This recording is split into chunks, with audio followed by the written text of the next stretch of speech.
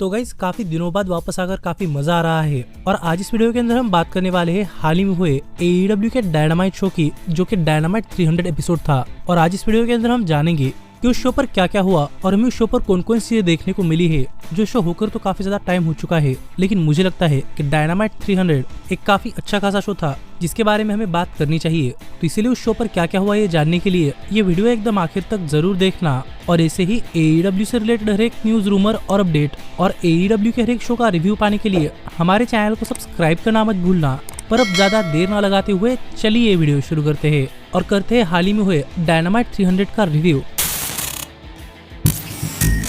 तो guys dynamite 300 की शुरुआत हैंगमैन एडम पेज ने की और यहाँ पर आकर बातें करते हुए हैंगमैन पेज अपने वर्ल्ड चैंपियनशिप मैच के बारे में बात कर रहे थे। और हैंगमैन पेज ने कहा कि हैंगमैन पेज ने इन सब लोगों से प्रॉमिस किया है कि हैंगमैन पेज वर्ल्ड चैंपियनशिप जीतकर दोबारा से उस टाइटल को उस बैग से निकालकर अपने सिर के ऊपर पकड़ने वाले हैं। पर ऐसा होने से रोकने के लिए उन्हें पता है कि जॉन मॉक्सली के साथ उनके काफी सारे लोग भी आएंगे, जैसे कि द एलीट और डेथ राइडर्स भी। और यहाँ पर हैंगमैन पेज किसी से नहीं डरने वाले और जॉन मॉक्सली चाहे जिसको बुलाए, लेकिन हैंगमैन पेज को रोकने के लिए मॉक्सली को उन्हें मार डालना पड़ेगा। और अगर मॉक्सली करने की हिम्मत रखते हैं तो हैंगमैन पेज चाहते हैं कि मॉक्सली उनके वर्ल्ड चैंपियनशिप मैच के अंदर टेक्सास डेथ मैच ये स्टिपुलेशन ऐड कर दे। जो बातें यहाँ पर हैंगमैन पेज ने कही और हैंगमैन पेज बातें कर ही रहे थे, कितने में यहाँ पर जॉन मॉक्सली आ गए। और हैंगमैन पेज से बात करते हुए जॉन मॉक्सली ने कहा काफी दिनों से हैंगमैन पेज को देख रहे हैं और मॉक्सली को पता है कि हैंगमैन पेज कितना भी कर ले, लेकिन हैंगमैन पेज अब वर्ल्ड चैंपियनशिप मटेरियल नहीं रहे। हैंगमैन पेज मिड कार्ड के अंदर ओवन हार्ट टूर्नामेंट जीतकर अपने आप को खुश रख सकते हैं, पर हैंगमैन पेज को वर्ल्ड चैंपियन बनने के सोचने की जरूरत भी नहीं है, क्योंकि वो ये प्रेशर हैंडल नहीं कर पाएंगे। जो बातें यहाँ पर जॉन मॉक्सली ने कही और मॉक्सली के ऐसे कहते ही हैंगमैन पेज ने मॉक्सली को स्लैप कर दिया और यहाँ पर एक बहुत ही बड़ा ब्रॉड ब्रेकआउट हुआ। लेकिन इतने में ही यहाँ पर डेथ राइडर्स आ गए और मरना शेफर्ड ने आकर हैंगमैन पेज को स्लैप कर दिया। और गुस्से में हैंगमैन पेज मरना शेफर्ड के ऊपर जाते इससे पहले ही यहाँ पर क्लूडियो और व्हीलर यूथा ने आकर हैंगमैन पेज पर अटैक कर दिया, जिस दौरान जॉन मॉक्सली यहाँ से भाग गए और रिंग के अंदर क्लूडियो ने हैंगमैन पेज पर अपना फिनिशर न्यूट्रलाइजर भी लगा दिया। और लग रहा था कि फिर एक बार हैंगमैन पेज ने यहाँ पर मार खाया, लेकिन हैंगमैन पेज दोबारा से उठकर खड़े हुए और यहाँ पर फिर एक बार माइक पर बात करते हुए हैंगमैन ने कहा कि क्या मॉक्सली के अंदर सिर्फ इतना ही दम है, क्योंकि हैंगमैन पेज अभी भी खड़े हैं। और हैंगमैन पेज के से कहते ही क्लूडियो दोबारा सिंह की तरफ आ रहे थे, लेकिन पावर हाउस हॉब्स और समोआ जो ने यहाँ पर आकर क्लूडियो को रोक लिया। और इतने में मरना शेफर्ड ने पीछे से आकर हैंगमैन पर अटैक करने का सोचा, पर हैंगमैन ने अटैक रिवर्स कर बैग छीन ली और मॉक्सली से कहा कि हैंगमैन के पास उनकी एक चीज है और अगर जॉन मॉक्सली वो वापस चाहते हैं तो यहाँ पर इस मैच को टेक्सास डेथ के अंदर कन्वर्ट करना पड़ेगा। और फाइनली जॉन मॉक्सली ने गुस्से में आकर यहाँ पर Texas death match stipulation accept कर ली और लग रहा था कि सब चीजें सॉर्ट आउट है। लेकिन हैंगमैन ने कहा कि हैंगमैन यहाँ पर मॉक्सली को दिखाना चाहते हैं कि हैंगमैन वर्ल्ड चैंपियन बनने के लिए किस लेवल तक जा सकते हैं। और ये कहकर हैंगमैन पेज ने मरना शेफर्ड पर अपना फिनिशर बकशॉट लैरिएट लगा दिया, जो तो मैंने कभी एक्सपेक्ट नहीं किया था, लेकिन अब देखने के लिए मजा आएगा कि अब आगे क्या होता है। लेकिन इसके बाद में शो पर Tony storm commentary table join करती हुई दिखाई दी, क्योंकि आगे TBS वुमेन्स चैंपियनशिप मैच के अंदर मर्सिडीज मो ने मीना शिराकावा को फेस कर रही थी। और ये मैच डायनामाइट शो के ओपनिंग के तौर पर अच्छा खासा मैच रहा, जहां पर हमें मीना शिराकावा और मर्सिडीज मो ने अच्छे खासे फॉर्म के अंदर दिखाई दी और दोनों ने ही इस मैच के अंदर अपनी काफी शानदार परफॉर्मेंस दी, जहां पर मीना काफी बार मर्सिडीज मो के पैरों को टारगेट कर रही थी, जिसी दौरान हमें अच्छे खासे मूव्स भी देखने को मिले। और एक बार तो मीना शिराकावा ने मर्सिडीज मोने पर अपना फिनिशर भी लगा दिया, लेकिन फिर भी यहाँ पर किकआउट हुआ। और यहाँ पर जब मीना शिराकावा फिर एक बार मर्सिडीज पर अटैक करने के लिए गई तो मर्सिडीज ने इसे एक रोल अप पिन के अंदर कन्वर्ट कर लिया और ये मैच भी जीत लिया है, जो देखकर टोनी स्टॉर्म तो काफी थ्रेटन हो चुकी थी। तो देखने के लिए मजा आएगा कि आगे मीना और टोनी स्टॉर्म के बीच में क्या होता है।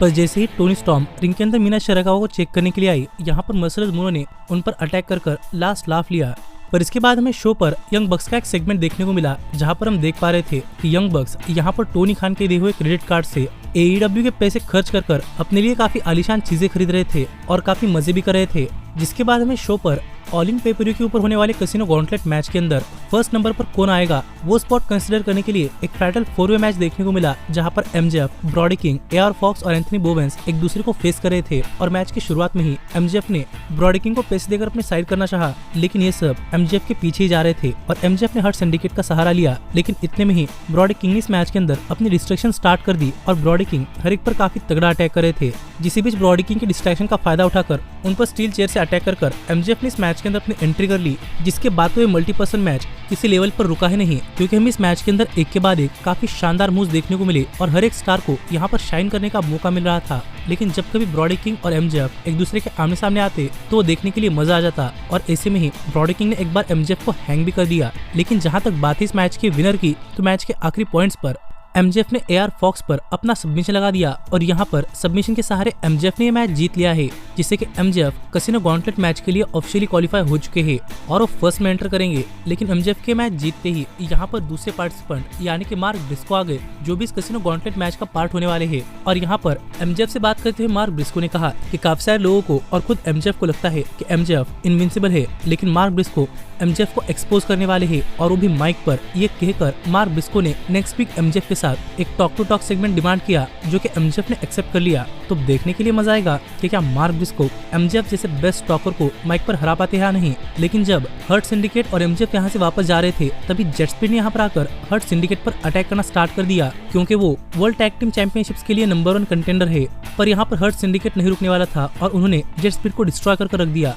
पर जब वो वापस जा रहे थे, तब फिर एक बार जेट स्पीड ने हर्ट सिंडिकेट को वापस बुलाया और as a result Hurt Syndicate ने दोबारा वापस आकर जेट स्पीड पर बहुत तगड़ा अटैक कर दिया। लेकिन फिर भी यहाँ पर जेट स्पीड नीचे रहने का नाम नहीं ले रहे थे, पर एमजेएफ और एमवीपी इस तरीके से बॉबी लैशली और शेल्टन बेंजामिन को समझाकर उन्हें बैकस्टेज ले गए। लेकिन इसके बाद हमें शो पर कनुस्के तकेत्सा और यंग बक्स और रॉड्रिक स्ट्रॉन्ग, काइल ओराइली और बैंडिटो का एक 6-मैन टैग टीम मैच देखने को मिला, जो मैच एक प्रमोशनल मैच था। लेकिन गाइस फिर भी इस मैच के अंदर में काफी शानदार एक्शन देखने को मिला है और मैं तो काफी दिनों बाद रेसलिंग देख रहा था, इसीलिए मुझे इस मैच के अंदर यंग बक्स की परफॉर्मेंस देखकर काफी मजा आ गया। और गाइस यहाँ पर रॉड्रिक स्ट्रॉन्ग और काइल ओराइली भी अपने टैग टीम के दिनों को याद कर इस मैच के अंदर काफी तगड़ी परफॉर्मेंस दे रहे थे और हमें एक के बाद एक बैंडिटो और कनुस्के तकेत्सा की तरफ से भी अच्छे खासे मूव्स देखने को मिले और बैंडिटो भी इस मैच के अंदर अपनी ताकत का मुजाहरा कर रहे थे। लेकिन ऐसे में ही इस मैच के आखिरी पॉइंट्स पर यंग बक्स और कनुस्के तकेत्सा ने मिलकर काइल ओराइली पर ट्रिपल BTA ट्रिगर लगा दिया और आखिरकार कनुस्के तकेत्सा ने काइल ओराइली पर अपना फिनिशर फैल्कन एरो लगाकर उन्हें पिन कर अपने टीम के लिए यह मैच जीत लिया है। पर यंग बक्स के मैच जीतते ही यहाँ पर विल ऑस्प्रे और स्वर्व स्ट्रिकलैंड ने आकर यंग बक्स पर अटैक करना स्टार्ट कर दिया, पर यंग बक्स बचकर यहाँ से भाग गए। पर यहीं पर माइक लेकर बात करते हुए स्वर्व स्ट्रिकलैंड ने कहा कि स्वर्व चाहते हैं कि यंग बक्स अपने EVP टाइटल्स स्वर्व और विल ऑस्प्रे के खिलाफ ऑल इन पेपर के अंदर एक मैच के अंदर ऑनलाइन रखे। और ऐसा नहीं है कि स्वर्व और विल ऑस्प्रे EVP बनना चाहते हैं, बल्कि वो अगर ये मैच जीतते हैं तो यंग बक्स की EVP पावर निकाल कर टोनी खान को वापस दे देंगे और यंग बक्स EVPs नहीं रहेंगे। जहाँ पर बात करते हुए यंग बक्स ने कहा कि इसके अंदर यंग बक्स को कुछ नहीं मिलेगा, पर यंग बक्स को भी यहाँ पर कुछ ना कुछ मिलना चाहिए, लेकिन ऐसा नहीं है। ये कहकर यंग बक्स यहाँ से जा रहे थे, लेकिन विल ऑस्प्रे ने यहाँ पर माइक लेकर एक सरप्राइजिंग अनाउंसमेंट की कि अगर यंग बक्स विल ऑस्प्रे और स्वर्व को हरा देते हैं तो आगे विल ऑस्प्रे और स्वर्व 1 साल के लिए AEW वर्ल्ड चैंपियनशिप के लिए चैलेंज नहीं कर पाएंगे। जो अनाउंसमेंट सुनकर स्वर्व तो काफी गुस्सा हो गए थे, क्योंकि स्वर्व नहीं चाहते थे, लेकिन यंग बक्स इस चीज के लिए एग्री हो गए और यंग बक्स ने कहा कि अगर स्वर्व मान जाते हैं तो ये मैच ऑन है। और सरप्राइजिंगली स्वर्व ने भी स्टिपुलेशन एक्सेप्ट कर ली है। तो देखने के लिए मजा आएगा कि अब ऑल इन पेपर पर जब यंग बक्स और स्वर्व और ऑस्प्रे एक दूसरे के आमने सामने आते हैं तो ये मैच कितना शानदार होता है, क्योंकि पहले ही यहाँ पर स्वर्व और ऑस्प्रे के बीच में टेंशन दिखाई दे रहे हैं। लेकिन इसके बाद में शो पर स्वर्व और ऑस्प्रे एक टैग टीम मैच के अंदर बीस्ट मोटोस और डेलिस्टिको को फेस करते हुए दिखाई दिए, जहां पर बीस्ट मोटोस और डेलिस्टिको इन दोनों ने मैच शुरू होने से पहले ही स्वर्व और ऑस्प्रे पर एक सरप्राइज अटैक कर इस मैच के अंदर अपनी बढ़त बना ली। और यहाँ पर मैच की शुरुआत में स्वर्व और ऑस्प्रे दोनों ही मोमेंटम बनाने के लिए स्ट्रगल कर रहे थे, लेकिन जैसे ही यहाँ पर स्वर्व और ऑस्प्रे दोनों को ही एक ओपनिंग मिली, उन्होंने बीस्ट मोटोस और डेलिस्टिको के ऊपर अच्छे खासे मूव्स लगाकर अपना कमबैक कर लिया और अपने यूनिक मूव्स का सहारा लेकर उन्हें पिन कर फाइनली ऑस्प्रे और स्वर्व ने अपने टीम के लिए ये मैच जीत लिया है, जो मैच भी एक काफी शानदार मैच रहा। लेकिन इस सब के बाद फाइनली टाइम हो चुका था शो के मेन इवेंट का, जहां पर हमें न्यू जापान प्रो रेसलिंग के 2 टॉप स्टार्स यानी कि कोटा इबुशी और काजुशिका ओकाडा एक 1-on-1 मैच के अंदर एक दूसरे को फेस करते हुए दिखाई देने वाले थे। और गाइज मैंने इन दोनों रेसलर्स को जापान के दिनों से फॉलो किया है, इसलिए मुझे पता है कि ये मैच इतना हार्ड हिटिंग मैच होता।